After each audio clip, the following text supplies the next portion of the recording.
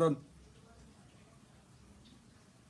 Está agregando, espero que ya quedemos. Pero bueno, mientras entran, de verdad, tomen en cuenta el producto que están considerando. Creo que todos los productos de sanitizantes derechos, las etiquetas están muy, muy bien puestas. Pero bueno, doctor, qué gusto. Y ¿Qué perdón tal, por, José Ramón? perdón Buenas. por este conflicto de computadora que se me olvidó comentar. Al Voy a, contrario, a ti. voy a presentar, es el doctor Juan Francisco García Regalado, urgenciólogo. Nos va a regalar un ratito de su tiempo para explicarnos su visión, sus experiencias y lo que hay que hacer. Sí, así que es todo tuyo, platícanos tus experiencias, tus especialidades y estamos listos para aprender. Bueno, pues muchas gracias. Buenas noches. Antes que nada, bueno, me dice José Ramón que me vaya presentando.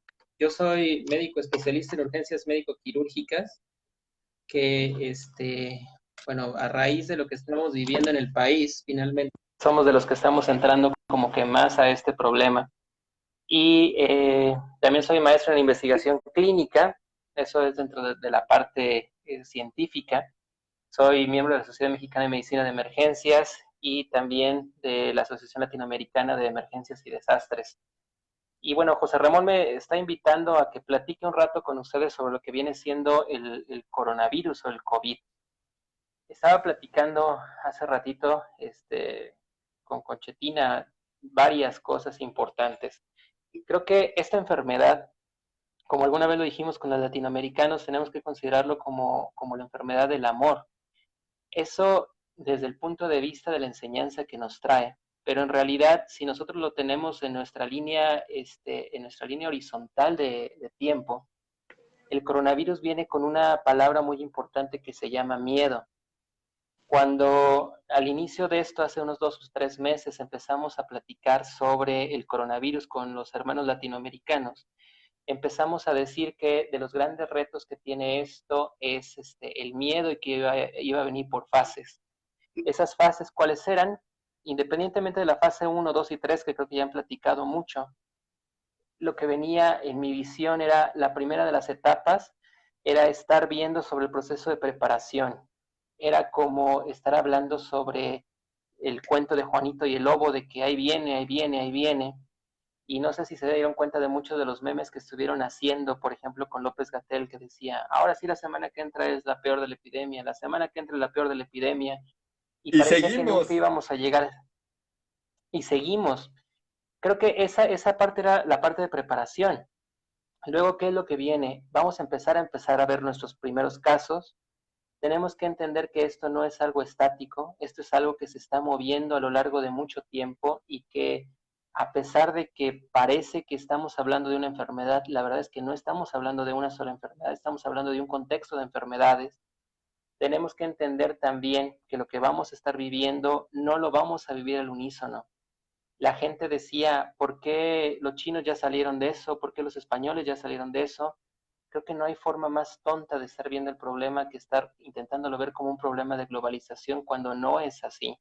No estamos en los zapatos de España, no vivimos ni entramos igual que España, no vivimos ni entramos igual que Italia, ni lo estamos haciendo que Estados Unidos.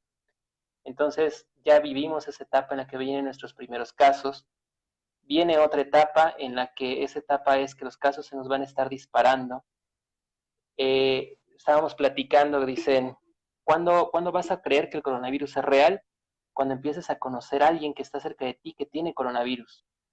Y esa etapa ya la estamos empezando a entender, ya estamos empezando a la vivir, ya estamos conociendo gente cerca de nosotros y muy cercanos a nosotros con coronavirus. Y lamentablemente viene otra etapa y esa etapa no es una etapa que vaya a ser agradable, va a ser muy desagradable y vamos a estar hablando de muertos. En realidad lo que está pasando en el país es algo desastroso. Lo que está pasando en el estado es algo desastroso. Estamos teniendo muchos muertos y parece que por decreto la enfermedad desapareció, parece que por decreto nacional ya no tenemos problemas, parece como que esto no importa.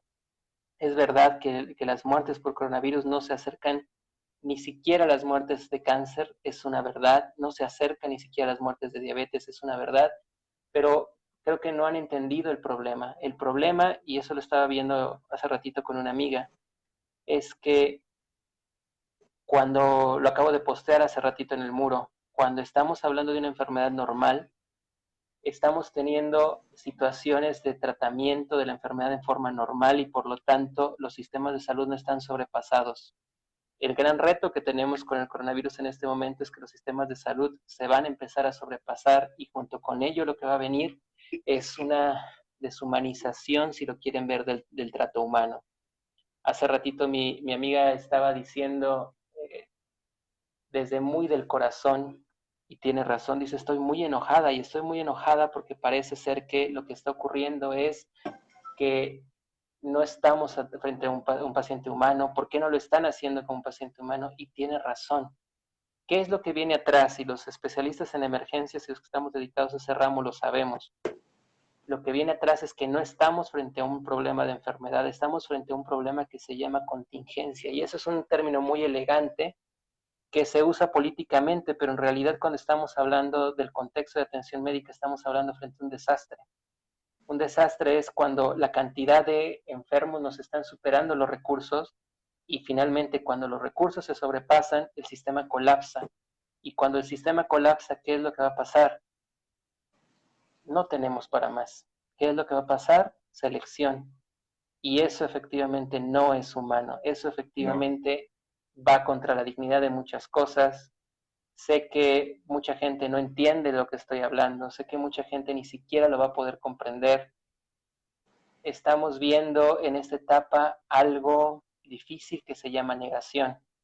Esta enfermedad, a pesar de que es una enfermedad que les digo es la enfermedad del amor, en realidad lo opuesto al amor es el miedo, y en este caso esta enfermedad del miedo lo que está haciendo es que el primer mecanismo de defensa que tenemos es la negación, y la negación lo que está significando es la enfermedad no existe, están mintiendo, los médicos están matando, les están pagando por matar.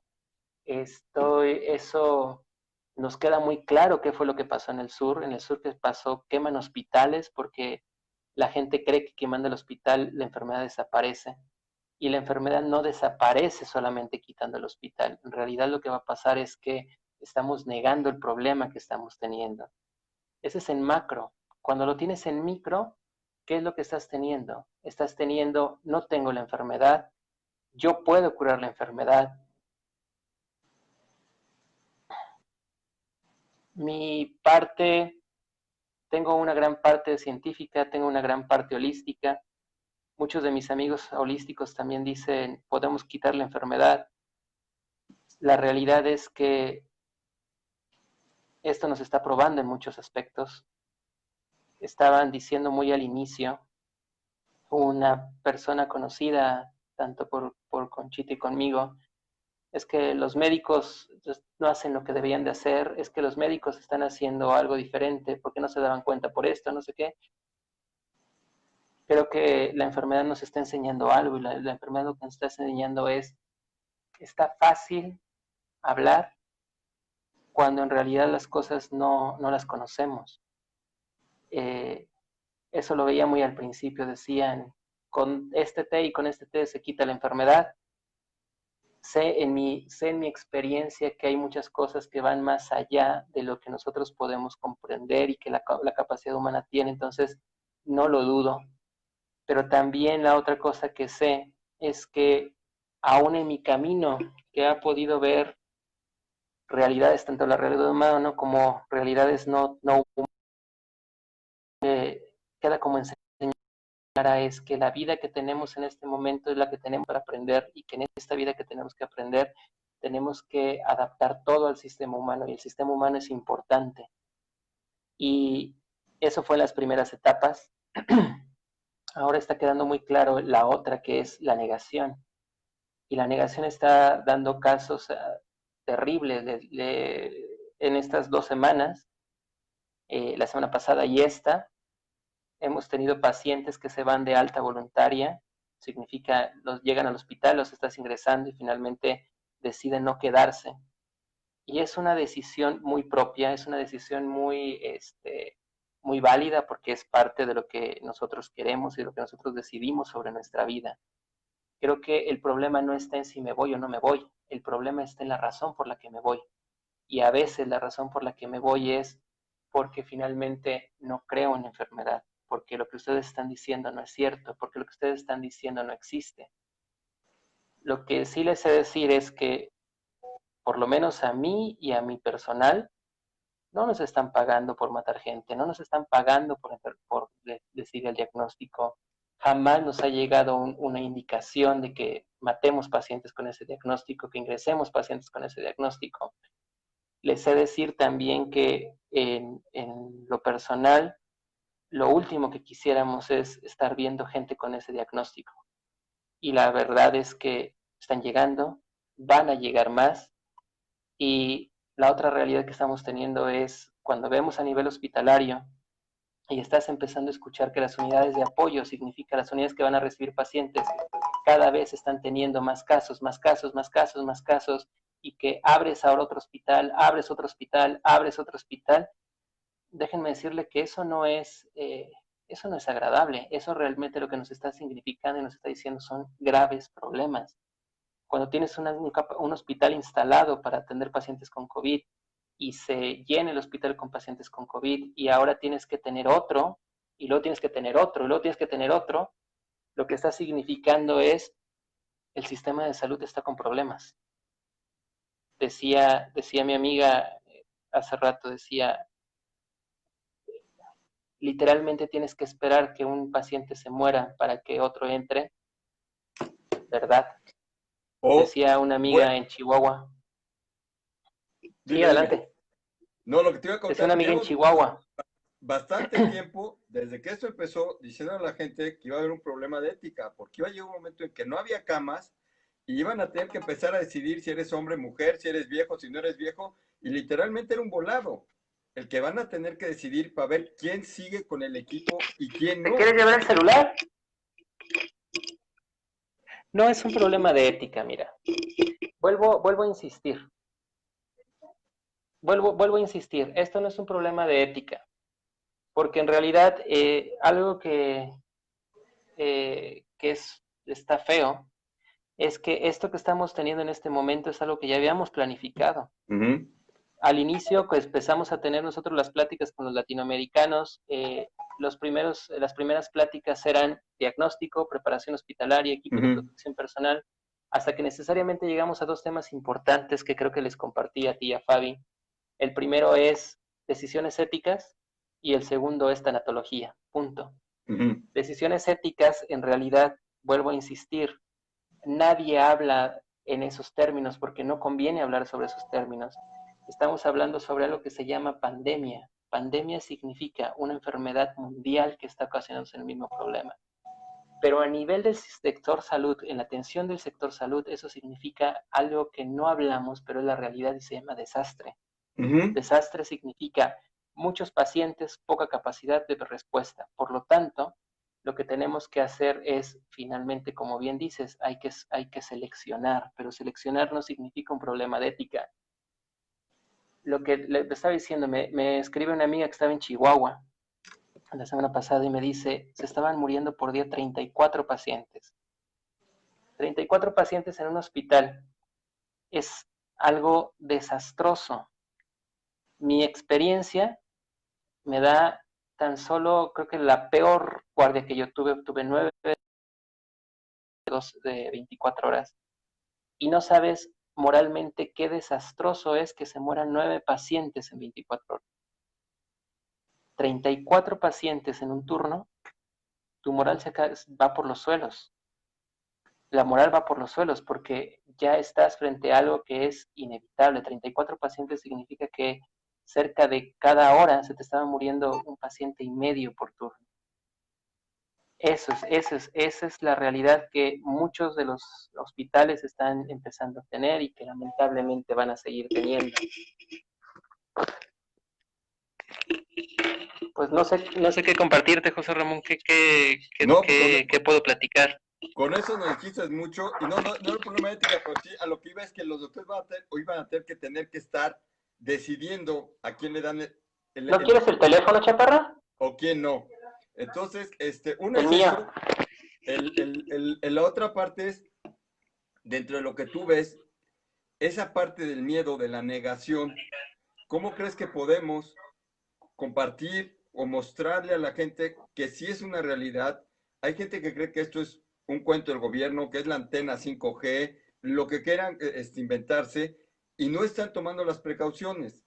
Si yo dijera por no tomar las precauciones me muero yo, pues, ok, es tu rollo, pero en este caso esas personas se vuelven un problema para el resto de la sociedad como un foco de contagio o un riesgo. ¿Hay algo que tú puedas explicar dentro de lo que sabes o lo conoces que a esas personas les pueda decir, hey, sí lo hay, vívelo así o entiéndelo así? No lo sé. Algo que nos puede ayudar a ser más conscientes de lo que estamos viviendo. Hoy en día veo que esa reapertura en muchos lugares está haciendo casi, esto ya acabó, vámonos como si no pasara nada. En San Miguel, ayer que salí, yo que tuve que salir, ves grupos de personas sin tapabocas, juntos, platicando, que sabes que el día de mañana van a sumar casos de los que tú me estás hablando. Mira, cuando tú hablas sobre una enfermedad, bueno, te voy a dar ahora como que mi visión más holística en diferentes niveles. Cuando tú hablas de una enfermedad, estás hablando de un proceso biológico que se encuentra sobre una sola línea. Sin embargo, tienes que entender que a lo que te estás enfrentando no es a un bicho. O sea, el coronavirus es el agente que te está ocasionando el problema en este momento, por lo menos lo que sabemos biológicamente que está ocasionando el problema. Pero debes de entender algo con el coronavirus y con todas las enfermedades. No estás tratando al virus, estás tratando al humano. El humano es un ser que se encuentra inserto dentro de un gran ecosistema y ese ecosistema está compuesto, dice la OMS, sobre 3 peldaños, lo que viene siendo social, lo que viene siendo físico y lo que viene siendo emocional. Si tú lo que quieres ver es atender al coronavirus, el primer punto importante que tienes que entender, tú no estás tratando al coronavirus, estás tratando a humanos que están enfermos con el coronavirus.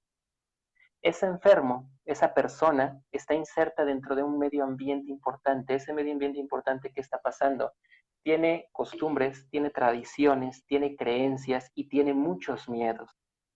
A nivel arquetípico, en el contexto de biodecodificación del virus, eso no lo va a decir ningún libro, eso te lo estoy diciendo yo con otra cosa, pues, pero el virus lo que te está hablando es miedos arquetípicos que vienen dentro de tu genética.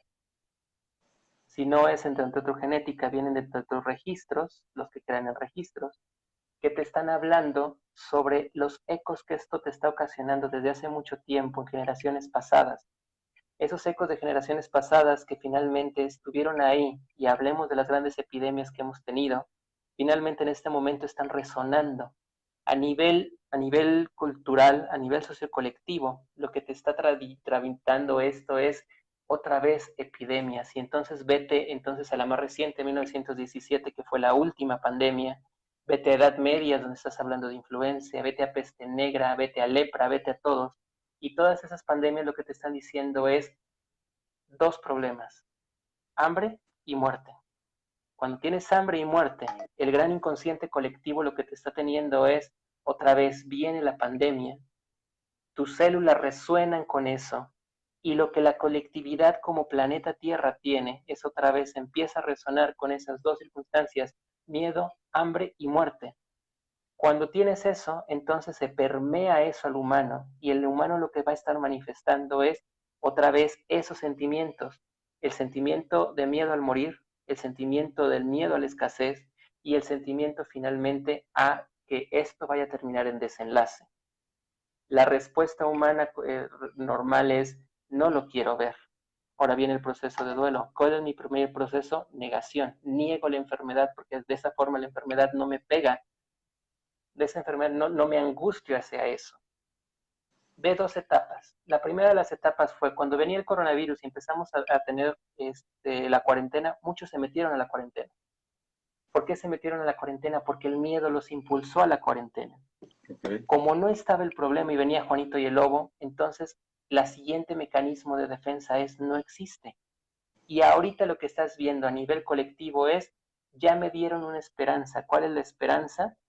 Ya abrieron todo. Si están abriendo todo, entonces no existe nada. Y entonces el miedo que te estabas teniendo finalmente se está desbordando. Ahora no desde el punto de vista de resguardarme porque me va a pasar, sino desde el punto de vista, entonces no pasa nada y salgo. Porque eso es lo que yo quiero ver, eso es lo que yo quiero entender. ¿Qué es lo que va a pasar a ese nivel? Nos va a pegar. En este momento México tiene más infectados que tuvo China y en este momento tiene mucho más muertos que tuvo China. Y no te lo están diciendo. Yo lo sé. Si ves ese contexto, el punto real que tienes en este momento es verdad, la economía no da para más. No podemos compararnos con España, no podemos compararnos con Italia, no podemos compararnos ni siquiera con Estados Unidos. Esa es una realidad. El mundo tiene que seguir, eso también me queda muy claro. Lo que no me queda tan claro es el mensaje que se está dando. Evidentemente, la realidad individual no siempre va con la realidad colectiva y los intereses del individuo no siempre son los intereses de la colectividad. ¿Qué creo que va a pasar? Y ojalá también esté equivocado en ese escenario, pero creo que lo que va a pasar en el siguiente escenario es, esto se nos va a desbordar. Si no existen mecanismos de contención para el problema va a seguir. ¿Cuándo vamos a empezar a contenernos? Cuando el problema nos desborde. Okay. Cuando no haya forma de ocultarlo. ¿Cuándo vamos a verlo dentro de nosotros mismos? Cuando nosotros empecemos a conocer gente de nosotros que empieza a tener el problema. Hasta entonces lo vamos a tener. También en el otro proceso, ese no es un problema, no es un proceso biológico, no es un proceso psicológico, sino es un proceso de conciencia. Quiere entender la persona que está escuchando conciencia como lo identifique, ¿no? ¿Por qué estamos viviendo esto? Por decisión y aprendizaje. ¿Tú puedes hacer que todos tengan ese aprendizaje? Y la respuesta es no, porque todos vamos a tener este aprendizaje desde la mejor manera que nosotros lo entendamos y que nosotros lo vivamos. Significa que en este momento muchos están decidiendo finalmente transitar la enfermedad, muchos están decidiendo de evitar la enfermedad y otros están decidiendo finalmente trascender con la enfermedad. Okay. Creo que una utopía sería intentar que todos vayan como eso. ¿Qué nos queda? Finalmente, estar platicando nuestras realidades. Algo que nos quedó muy claro este fin de semana es que viviendo el mismo momento, viviendo el mismo tiempo, 21 de junio del 2020, puedes tener tres grandes realidades. Nuestra realidad en la que estábamos, en la que estábamos Conchita y yo, era una realidad muy, muy padre. Regresamos a una realidad que no habíamos visto y de la realidad que no habíamos visto es el problema que tuvo el Estado este fin de semana. Y el otro problema que no habíamos visto y que ahora sí estamos viendo, los desastres que las lluvias están ocasionando en la capital que no habíamos visto. ¿Qué queda claro o qué es lo que me queda claro en este momento? Viviendo el mismo punto, viviendo en el mismo lugar, en la misma zona, tú puedes tener tres dimensiones distintas de la misma realidad. ¿Qué realidad estás viviendo? La que escojas vivir. Por eso la física cuántica dice que la realidad se modifica dependiendo del observador, como la quiere ver. Aterrizando lo del coronavirus, ¿cómo lo vamos a vivir? Cada quien la va a vivir como lo entienda. Esta enfermedad, te digo, los latinoamericanos, mi amigo Luis Vargas decía muy claro, igual que Rafa Escalante, decían, esta es la enfermedad del amor. Y esto se vence con solidaridad, no se vence de otra forma. Solidaridad, ¿qué significa? Como tú estás bien diciendo, lo hago por mí, pero también lo hago por ti. Creo que esas palabras que decían los mayas hacia 2012 en la gran profecía, que decían Inlakesh y Alakesh, que significa yo soy tú y tú eres yo, creo que no queda más claro en este momento. En este momento es importante porque lo que yo haga por mí, lo estoy haciendo por ti. Creo que algo importante que tenemos que entender es eso, o sea, ¿por qué te cuidas? ¿Por qué sería el hecho de que te cuidaras? Si no lo quieres hacer por ti, hazlo por los tuyos. Porque hay veces que parece que nosotros no nos importa lo que nos pase a nosotros, pero nos importa mucho lo que nos pase, lo que le pase a cualquiera de los míos. Y creo que, ¿qué podría ser? Ese famoso estado de conciencia, ese estado del despertar el interno. Creo que la enfermedad te tiene que paralizar, claro que no, la enfermedad no te tiene que paralizar porque paralizándonos no llegamos a ningún lado. Creo que algo que es importante es entender lo que nos ha estado enseñando la enfermedad. La enfermedad la podemos ver desde el punto de vista muy dualista y desde el punto de vista dualista podremos entender que la enfermedad ha sido terrible, que le ha pegado a la economía, que nos ha metido para adentro, que nos ha metido y nos ha paralizado, pero también que nos ha enseñado la realidad. La realidad nos ha enseñado que podemos hacer un alto en la vida y estar dentro de nosotros con nosotros, que podemos conocer a gente que no habíamos conocido y que esa gente que no conocemos se llama familia. Pudimos entender que muchas veces no es necesario estar siempre afuera trabajando cuando lo podemos hacer desde adentro. Que nos ha enseñado la realidad que no necesitamos muchas cosas externas para poder ser felices cuando tenemos muchas cosas internas para ser felices. Nos ha enseñado tantas cosas y seguramente nos va a enseñar más. En algún aprendizaje que también tuvimos, nos enseñaban que esto viene por niveles. El nivel más bajo es el nivel biológico. Luego el siguiente nivel parece que estamos en una gran pugna. El nivel más alto significa todo esto en verdad nos va a enseñar algo enorme. Yo les decía al hospital hace como un mes, si te das cuenta, este hospital no es el mismo de hace un mes. Y nosotros no somos los mismos que empezamos hace 2 meses. Y Sí. cuando esto llegue a un nuevo status quo, no vamos a ser los mismos. Creo que estás hablando de un proceso que se llama evolución, y la evolución significa no te quedes estancado. No te quedes estancado, la evolución significa empieza a crecer y siempre ve un paso más adelante y un paso más adelante y finalmente sé alguien diferente a quien tú eras. Y en este momento creo que eso es lo que está enseñándonos esto. Ok, sí, al final del día tienes mucha razón. Gracias por esta reflexión desde el punto de vista no solo lo que pasa, mi visión doctor, sino todo ese entorno. Al final del día, efectivamente, como personas estamos viviendo muchas etapas, estamos teniendo un aprendizaje y cada quien lo está viendo de un punto diferente. Este, agradezco esa reflexión que difícilmente hubiera podido conseguir de otro médico que hubiera ido a lo mejor a algo muy técnico. Lo aprecio mucho. Tengo una duda que sí es un poco más a la parte médica, igual no tiene respuesta, pero he visto, porque sigo otros lugares, otros países, donde hay grupos de riesgo. Y donde esos grupos de riesgo realmente es donde más impacta la enfermedad el COVID, o el proceso. Yo aquí en México, por azares del destino, he perdido varios amigos y conocidos que están lejos de ese grupo y de hecho están en un rango que va de los 45 a los 28. ¿Hay alguna razón por la que en México se dé eso con respecto a lo que nos han informado o es que no teníamos toda la información?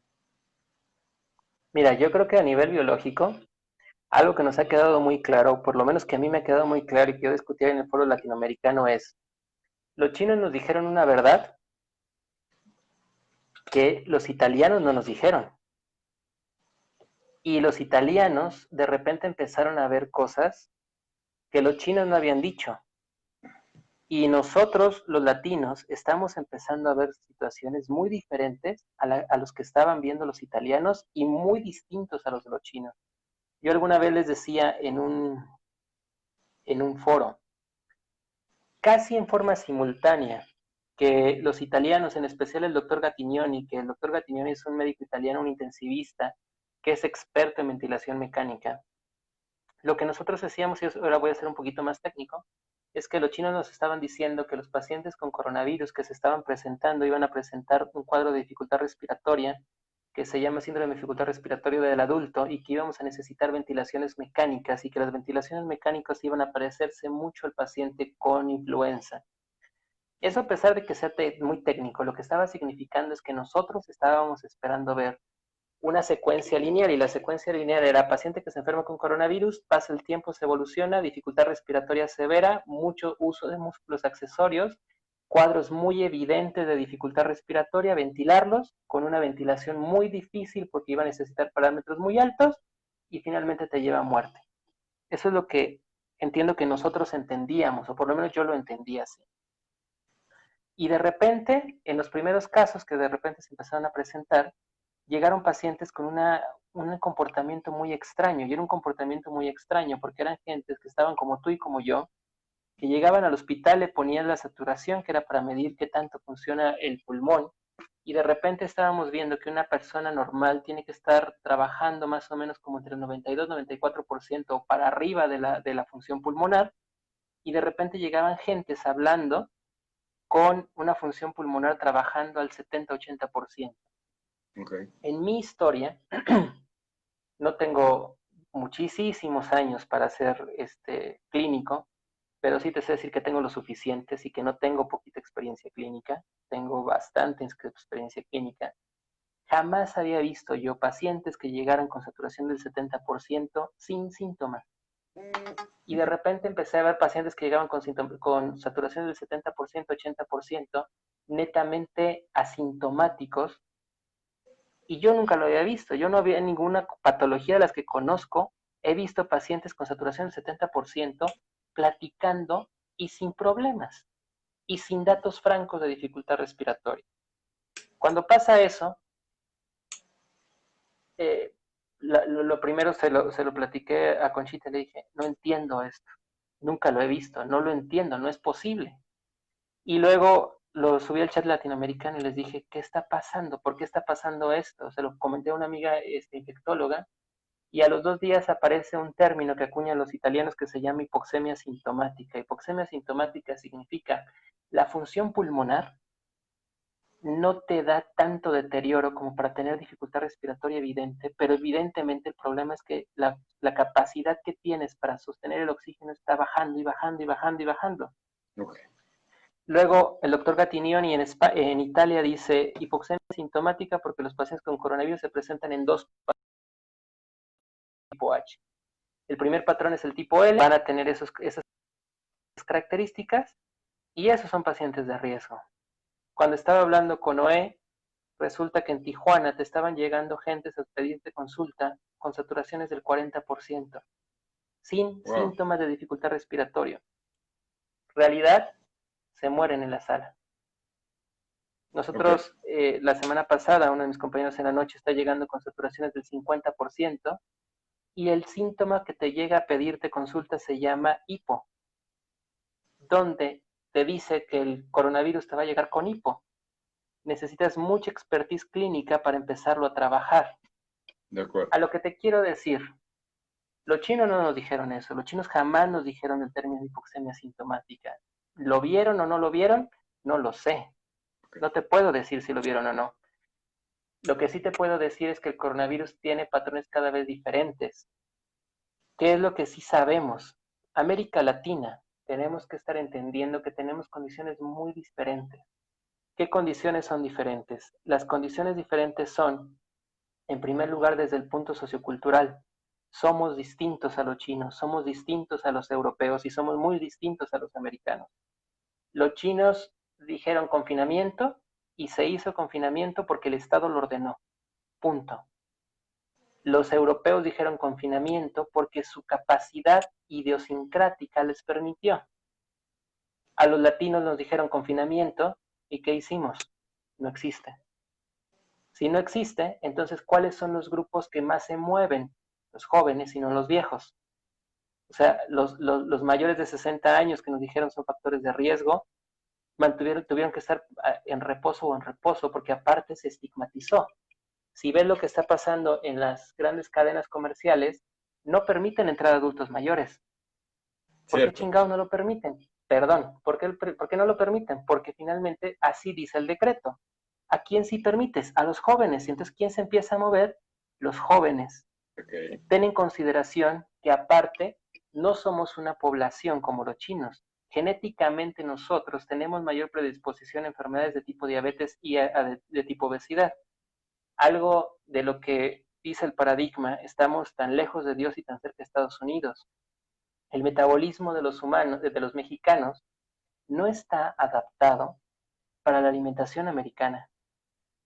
Cuando nosotros, nuestra población, con nuestra genética, se enfrenta a la alimentación norteamericana, El resultado está bien fácil, obesidad y diabetes. Diga quien diga, con lo diga. Importamos todas esas cosas de Estados Unidos porque está bien, pero la realidad es que nos está cargando la fregada por eso. Ahora, si en Totalmente. nuestra población susceptible lo que te estás teniendo es un problema de que tienes obesidad y diabetes, ¿qué te está llevando? Problemas. ¿Cómo Que se ya era está un problema sin el COVID. distribuyendo? Claro, y era un problema sin el COVID. ¿Cómo se te están distribuyendo, por lo menos en el estado de Guanajuato, los problemas con coronavirus? Los grupos más afectados de edad son los de 30 a 50 años. No los de 60 para más, sino los de 30 a 50. La mortalidad está inclinada arriba de los 60. Eso nos estamos pareciendo mucho a lo que nos dicen en forma internacional. Sin embargo, cuando ves de los comórbidos, el principal comórbido que están teniendo nuestros pacientes es obesidad, seguido de hipertensión y luego de diabetes mellitus.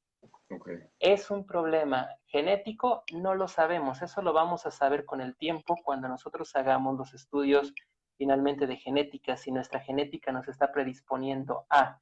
Pero lo que sí sabemos en este momento es que no estamos, o sea, es un error querernos comparar, otra vez repito, con los europeos, y es un error querernos comparar con los americanos, y es un error compararnos con los chinos. ¿Qué sí sabemos en este momento? Los países latinoamericanos nos está yendo muy mal.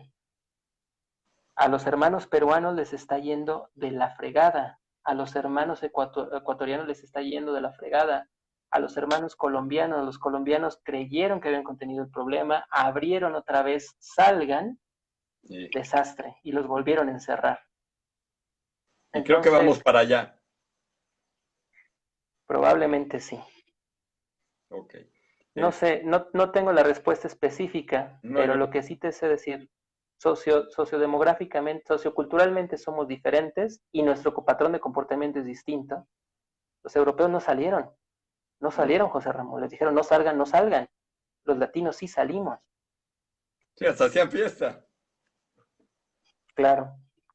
Ok, para no abusar de tu tiempo, tendría dos preguntas. Una, aprovechando que tengo un doctor con experiencia y además una rama científica. He platicado con muchas personas y obviamente me hablan que si veían la vacuna cercana, ahora la ven muy lejana y creen que va a ser más fácil un antiviral que se descubra. Me gustaría oír tu comentario sobre lo que sabes, tú que tienes esa red de gente con la que has hablado, para que quienes nos están oyendo tengan más o menos una visión de qué tiempo podemos tardar sin saber que no sabes el futuro, no lo predices, en que esto tenga un tratamiento que nos permita disque regresar a la normalidad. Esa sería la primera. Y la segunda, si quieres la enlazamos, es desde tu espacio, desde tu experiencia, a esas personas que sí tienen que estar saliendo, ¿cuáles serían las recomendaciones de haz esto y con esto es un poco menos probable que tengas, que te contagies o lo que sea? Mira, hablando de un tema escabroso, la vacuna. Uh-huh. Cuando empezó a salir esta enfermedad, empezó una gran carrera farmacéutica por saber quién va a sacar la vacuna. Porque finalmente otra realidad que vamos a tener es que el primero que descubra la vacuna va a ser una cantidad enorme de dinero. Una cantidad enorme de dinero. Sin embargo, también debemos de entender esto. Por lo menos en el contexto muy tridimensional. No sé, no quiero entrar sobre otras dimensiones, pero en el contexto muy tridimensional. ¿Por qué no la han sacado? Porque ha sido complicadísimo. ¿Por qué ha sido complicadísimo? Porque en primer lugar, el bendito virus no tiene un solo comportamiento. El bendito virus lo que está pasando es que no estamos trabajando con una cepa de virus, o sea, no estamos trabajando con el COVID. Okay. En este momento estamos pensando que estamos trabajando con el COVID y que existen diferentes subtipos de COVID. Significa, no estás hablando con un solo bicho, estás hablando con diferentes bichos que tienen el mismo comportamiento. O sea, parece que hay cerca de 4 subtipos del COVID. Wow. Si es eso cierto, entonces vamos a estar teniendo un problema como si estuviéramos con dengue, que alguna vez platicamos sobre eso. Significa, ¿tienes una vacuna para el dengue? No. No. Porque te puede dar dengue tipo 1, tipo 2, tipo 3 o tipo 4, y entonces finalmente esto está siendo complicado. Esto está implicando entonces que en realidad lo que vamos a estar teniendo es que sé que muchos laboratorios están trabajando por eso. Los investigadores todos se están basando sobre el COVID en este momento porque quieren encontrar esa famosa vacuna o esa famosa medicamento mágico. Entiendan otra cosa, el coronavirus como tal cuando te infecta, el problema no es el bicho, sino es el relajo que ocasiona sobre el sistema inmune. Significa, ¿quién es el problema? Uno solo es el problema. El virus activa el sistema inmune y el sistema inmune te hace toda esa cascada que estás teniendo, que finalmente te lleva al proceso de muerte. ¿Qué tenemos que hacer? Controla el proceso inmune. Creo que se quiere ver algo muy similar como fue H1N1. Influenza también es una enfermedad respiratoria que en un momento fue una epidemia, pero esto es importante. Mucha gente no lo entiende y no lo va a entender y por eso habla sin hablar, habla sin saber qué está diciendo. H1N1 y COVID son cosas diferentes, empezando porque uno es una epidemia y el otro es una pandemia. No es igual epidemia y pandemia. H1N1, en teoría se cree que el tratamiento está bien establecido y es el tratamiento con el oseltamivir, que es el Tamiflu, pero la verdad es que no es cierto. H1N1, cuando damos el Tamiflu, es importante dar el Tamiflu dentro de los primeros 5 días para empezar a disminuir la severidad de la enfermedad, pero lo que te va a dar la enfermedad es la respuesta del sistema inmune del cuerpo. Por eso, cuando empezamos a tener eso, lo que estábamos usando mucho son inmunomoduladores, así se llaman. Medicamentos que están haciendo que el sistema inmune se empiece a controlar para que la respuesta no sea tan agresiva y por lo tanto no te vaya tan mal.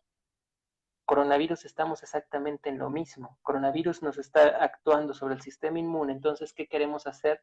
Controla el sistema inmune para que no te haga el desastre que te está haciendo coronavirus. Entonces, tratamiento único, creo que tampoco va a haber. Así como no lo hay para H1N1. H1N1, te digo, parece que Tamiflu y Encetalmivir te ayudan, sí, siempre y cuando lo estés tomando en las primeras etapas. Luego, ¿qué es lo que creo que va a pasar? Creo que lo que va a pasar es que este es un proceso biológico.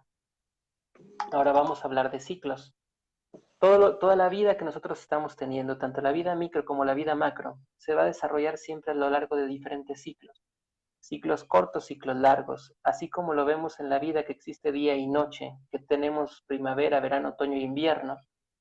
La verdad es que también en las epidemias estamos teniendo esos ciclos, nada más que son ciclos más largos. En forma media mágica, la epidemia de 1917 en realidad empieza en 1917 con un gran pico en 1920 y 100 años después estamos teniendo otra vez el problema. Cuando nosotros tuvimos la epidemia H1N1 en 2009 y empezaron a hacer la secuenciación genética de la bendita H1N1, resulta que gran parte de las cadenas que estaban teniendo genéticamente el H1N1 eran las cadenas de la influenza de la influenza A que tuvimos en 1917. Wow. ¿Qué te significa eso? Lo que te está significando es que un virus nuevo se convirtió finalmente en una gripa a lo largo del tiempo. Esto es el problema del coronavirus. El coronavirus es un virus que no conocíamos nosotros como humanos. Este coronavirus no lo conocíamos como humanos. Okay. Cuando llega a este sistema biológico que no lo conoce, los humanos como generalidad no tenemos defensas contra ese virus porque no lo habíamos aprendido. ¿Qué estamos pasando en este momento? Los que se están infectando ya hicieron defensas contra ese virus. ¿Qué es lo que va a pasar con esas defensas? Lo van a pasar a las siguientes generaciones. Nuestras siguientes generaciones van a estar viviendo con el coronavirus y ya no les va a pegar de la misma forma. Probablemente va a ser una gripa más para ellos. Okay. Pero en lo que el sistema biológico hace eso, ¿qué va a pasar? Muchos que no resisten ese virus no van a poder seguir en esta existencia. Okay. Entonces, esperemos que desarrollen la vacuna. ¿Cuándo va a ser? No lo sé. Algunos de los estadistas estaban diciendo que enfrentémonos y preparémonos para otro brote que va a venir en octubre, noviembre, okay. Diciembre. Sí, lo oí, la segunda ola. La segunda ola. Vean lo que está pasando con los chinos en Pekín. Y Sí, si eso está viniendo así, lo que va a pasar es que finalmente esperemos que para diciembre tengamos los primeros indicios de vacuna. Y si no, ¿qué va a pasar?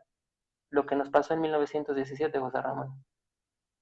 ¿Qué pasó en 1917? Selección, natural. ¿sí? Bueno, un triste panorama. Antes de que me contestes, si hay alguna medida que recomiendes especial, te han dejado varios a saludos, pero ya se me fueron para arriba. Pero Aurora González pregunta, ¿y la dexametrosa, no, dexametasona, cuál es tu opinión al respecto, mi querido doctor? No sé si vale la pena contestar aquí o luego le contestas directo, pero bueno, la pregunta ahí está. Creo que es, creo que es algo importante porque mira, algo de lo que ha pasado con el miedo es que al principio cuando empezó esta epidemia, se empezaron a hablar mucho de los tratamientos que estaban teniendo los diferentes países. Al principio dijeron, y algo que fue desastroso aquí en México, dijeron, como los europeos estaban usando el tratamiento con hidroxicloroquina como para el tratamiento para el paciente con coronavirus, la realidad es que la cloroquina es un medicamento muy barato, muy, muy, muy barato. Ese medicamento lo estamos usando para el paludismo desde hace muchos años y por lo tanto es fácil encontrar el medicamento. ¿Qué es lo que hicieron los vivos? Comprar hidroxicloroquina. ¿Con qué fin? Como para preventivo del problema. La realidad que nos estuvo enseñando es que la hidroxicloroquina, a pesar de que sí sigue siendo una de las piedras angulares del tratamiento y a pesar de todos los encuentros que se han tenido entre el New England, el JAMA, que para los que no son del área médica son de las revistas más importantes que nos están rigiendo sobre tratamiento, mucha gente empezó a comprar la hidroxicloroquina porque la tenía como el tratamiento de elección. Okay. La verdad es que tiene un gran problema cardiovascular si la usas sin saber lo que estás usando. En este momento, el estudio, no me acuerdo cómo se llama el estudio, pero el estudio acaba de sacar la semana pasada un nuevo tratamiento que se llama dexametasona. La dexametasona es un medicamento también muy barato que puedes encontrar en la farmacia y se está viendo que en los pacientes hipoxémicos, en aquellos en los que baja la saturación, te previene, si no mal recuerdo, una de 10 muertes. Te ayuda a prevenir una de 10 muertes y en los pacientes con enfermedad grave te previene una de cada 25 complicaciones. Esto es muy alentador porque fíjate, es un medicamento que está sencillamente fácil de disponer, que hay mucho medicamento que es plausible usarlo, pero ahí vienen los riesgos. El estudio lo que nos está diciendo es que ese medicamento se usa en los pacientes que tienen hipoxemia, significa paciente ventilado que no mejora la saturación de oxígeno y paciente con enfermedad grave. Esto tiene que ser un foco de alerta porque si la gente empieza a entender que la dexametasona te ayuda a producir, a prevenir el coronavirus, estamos en un gran error. No sé si han visto los memes que están en Facebook, en los memes que están en Facebook que ponen una de las monas, creo que la del aro, que es una Mm. mona blanca, que Sí, que dice, salía en la pensé que la televisión con exametasona, el pelo colgado. ajá, esa que te decía, parece que la exametasona, no que la exametasona prevenía el coronavirus, esto es importante, la exametasona no previene el coronavirus y no es el tratamiento de elección en la enfermedad leve. Debemos de saber que la dexametasona, al principio nos dijeron los chinos que estaba contraindicada. Esa es otra de las cosas que antes nos dijeron y ahora estamos encontrando otra realidad. Y que el hecho de que tú tomes dexametasona, sobre todo en dosis que no debes, te va a bajar el sistema inmunológico. Por lo tanto, mayor predisposición a que tengas complicaciones por virus y infecciones agregadas bacterianas. Entonces, la dexametasona parece que está funcionando bien, pero solamente en pacientes hipoxémicos y en pacientes con enfermedad severa. Significa, cualquiera puede ir a la comprar porque le va a mejorar con el coronavirus. La respuesta que creo en este momento, por lo que se sabe, es que no te lo va a quitar, te lo puede complicar y que sí se puede usar, pero en etapas importantes del coronavirus, porque en forma técnica, el coronavirus te va a pasar por tres grandes etapas, la etapa viral, la etapa pulmonar y finalmente la etapa de complicaciones. Ok, Ustedes en casa no van a ver una etapa pulmonar y no deben de ver una etapa de complicaciones. Esas es donde las vamos a ver, en los hospitales. claro. Ok. Ahorita te dije que una pregunta, pero bueno, tengo otra. Ahorita que dijiste eso, yo estoy en casa. ¿Qué realmente, sé que hay muchos síntomas, pero dentro de tu experiencia, ¿qué deberías decirme? A ver, JR, en el momento que tú sientas eso, háblale a tu doctor o vete a un hospital. Y no te confundas con todo esto, porque hay quien, es que si estornudas, es que si tienes lágrimas, es que, y nos marean. ¿Hay algo que puedas tomar como un detonante? ¿Es eso lo que debes de cuidar? No. Ok, son muchos. Vienen diferentes fases, José Ramón. Al principio, ¿qué vamos a ver? El coronavirus clásico. ¿Cuál es la definición operacional de coronavirus? Definición operacional para el área médica significa, con estos síntomas tienes que sospechar que tienes coronavirus. Hay dos signos pivotes. El primero de los signos es que tengas fiebre y el otro es I-O, y eso entiéndanlo bien, significa puedes tener uno u otro, no los dos, fiebre y tos, y o tos. Fiebre y o tos más dolor de cabeza o escurrimiento nasal o dolor de garganta o ataque a las articulaciones, por definición, entras a la etapa que se llama sospecha de coronavirus. Ok. No significa que lo tengas o no lo tengas, significa que cumple la definición operacional. Sin embargo, lo que también ya nos dijeron los italianos y lo que nos dijeron los españoles y nos dijeron los americanos, y creo que vamos a empezar a ver, es que al principio el coronavirus se manifiesta muy puro, pero luego no va a ser puro. ¿Qué estamos viendo? Enfermedades diarreicas con coronavirus. ¿Qué otra cosa está haciendo como que muy... eso sí que está quedando como muy clásico, por lo menos en los últimos que ha pasado, pérdida del olfato. Llega la otra vez un amigo el ginecólogo y me dice, Paco, es que tengo que ser sincero contigo, me tomé el café, me estoy tomando agua y no huelo.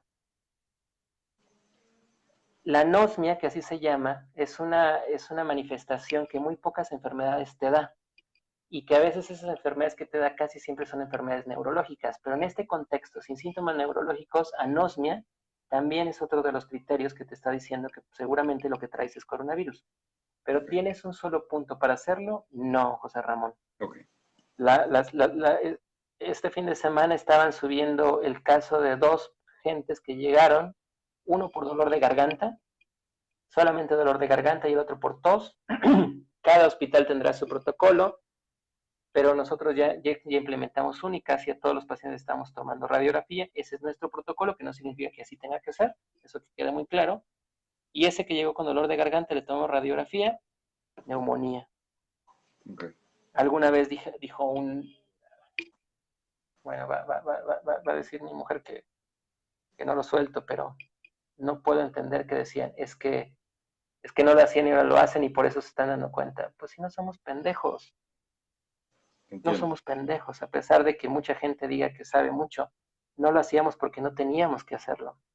Pero en este contexto así es, entonces un síntoma único, no. No lo hay. Definición operacional, que significa con lo que sí lo vas a diagnosticar, tos y o fiebre asociado con algún otro. Y eso es para moverme a que me vea un doctor. Por lo menos para que busques ayuda. Otra cosa que sí tenemos que entender, de los enfermos, 85% de los enfermos, 80% de los enfermos se van a comportar con un caso leve. Un caso leve significa malestar general, significa dolor de garganta con tos sin mucha complicación, pudiera significar fiebre unos 3 o 4 días y tan. Lo va a pasar en casa. Lo va a pasar en casa, exacto. Ok, entonces digamos que la gran mayoría lo va a pasar, respetando las comillas, como un resfriado tal vez más fuerte. Así es. O mira, me decía un amigo la semana pasada, me decía, no, la semana antepasada, que ya ves que Zoé Robledo se enfermó. Sí. Me dice, están mintiendo porque yo lo vi a él cuando tuvo influenza, cuando tuvo H1N1, y estaba diciendo, Zoé Robledo se ve normal, y yo me sentía la chingada. ¿Cómo es posible que si con influenza se siente la chingada, veas normal? Pues sí. a lo mejor ni siquiera es un resfriado más fuerte. Influenza es un resfriado más fuerte. Ok. COVID no. COVID puede ser que lo único que tengas, una persona cercana que conocemos dice, estoy bien, a toda madre viendo la tele, lo único que no tengo es que no huelo. Ok. Ya.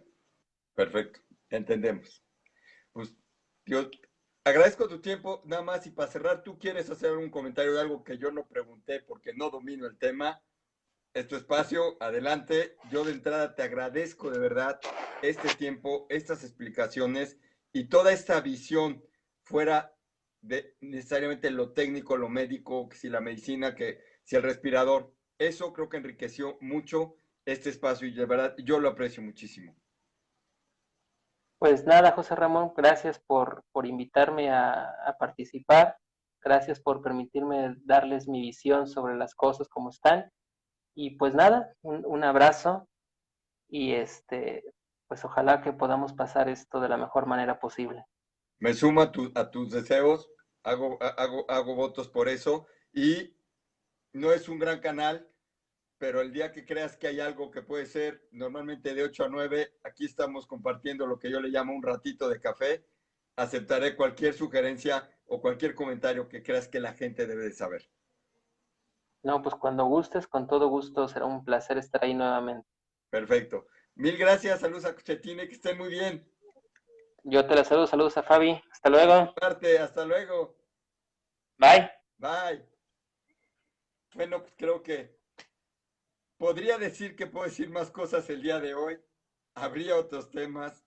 Creo que no hay nada que decir. Creo que lo que nos dejó el doctor es para reflexionar, para ubicarnos en una realidad fuera de un diálogo que podamos tener nosotros. Son los temas que realmente ven los doctores que están en el ambiente médico, que viven día a día en las salas de urgencias, que hoy entiendo, hay algunos casos, pero veo que hay una conciencia de que esto se les va a disparar y que seguramente van a estar sobrepasados. Desde aquí, además de mi agradecimiento, no solo por su tiempo, mi agradecimiento por el esfuerzo que hacen todo el personal de salud, no solo en San Miguel, en Guanajuato, en México, en todos lados, por buscar el ayudarnos y sacarnos adelante a todos los que de alguna manera lleguemos necesitando de su ayuda. Y desde aquí también elevo un espacio, una plegaria, un voto, para que todo ese personal que está arriesgando su vida, porque de alguna manera lo hacen, sean protegidos y bendecidos porque ellos y su familia se los merecen. Sin mayor comentario, sin mayor palabra, agradezco a todos el tiempo, creo que lo valió y les dejo un gran saludo y que disfruten de esta noche, que pinta para llover. Cuídense, por favor.